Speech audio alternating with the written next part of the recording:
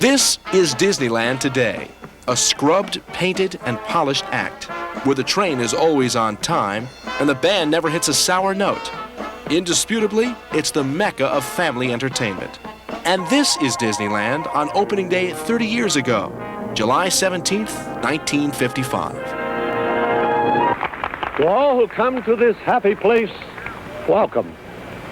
Disneyland is your land.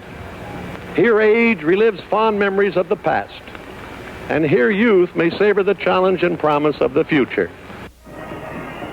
People wondered if any park so conceived and so dedicated would long survive, because opening day at Disneyland was chaos. A traffic jam stretched for 7 miles, as people who were scheduled to arrive every 2 hours showed up all at once. Rides broke down, food ran out. There was a gas leak in Fantasyland. A live television broadcast added to the confusion. A vista into a world of wondrous ideas, signifying man's achievements. I thought I got a signal. Disneyland employees who were there that day remember it well. The carousel, you could walk into Fantasyland and there were so many people around the carousel, it just looked like people were holding their kids up and trying to throw them onto a horse. Walt's remark was when the press was criticizing him on the lack of drinking fountains and that for opening day, because it was a hot day.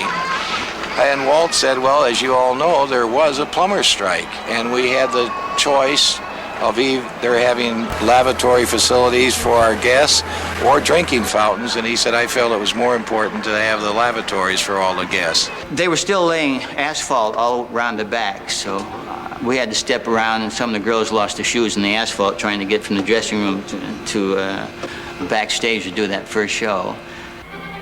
But like any good Disney story, the nightmare ended happily, both for Disneyland and the people who brought it to life. Wally Boag performed over 25,000 shows at the Golden Horseshoe Revue. I don't feel like a cowboy. A cowboy has long hair, that's more like. Tommy Walker, who directed the opening and closing ceremonies of the 1984 Summer Olympics, set the style for 30 years of Disneyland entertainment. I love Disney, and I think it's the finest honor one could have to be a part of it, to feel vicariously that you've done something that maybe is still paying off today. And Dick Nunis became president of Disneyland. I think the thing that's gratifying about this business, that our product is truly trying to create happiness. And it's a fun business. It's a tough business, but it's gratifying when you come out here and see the results of almost 30 years now.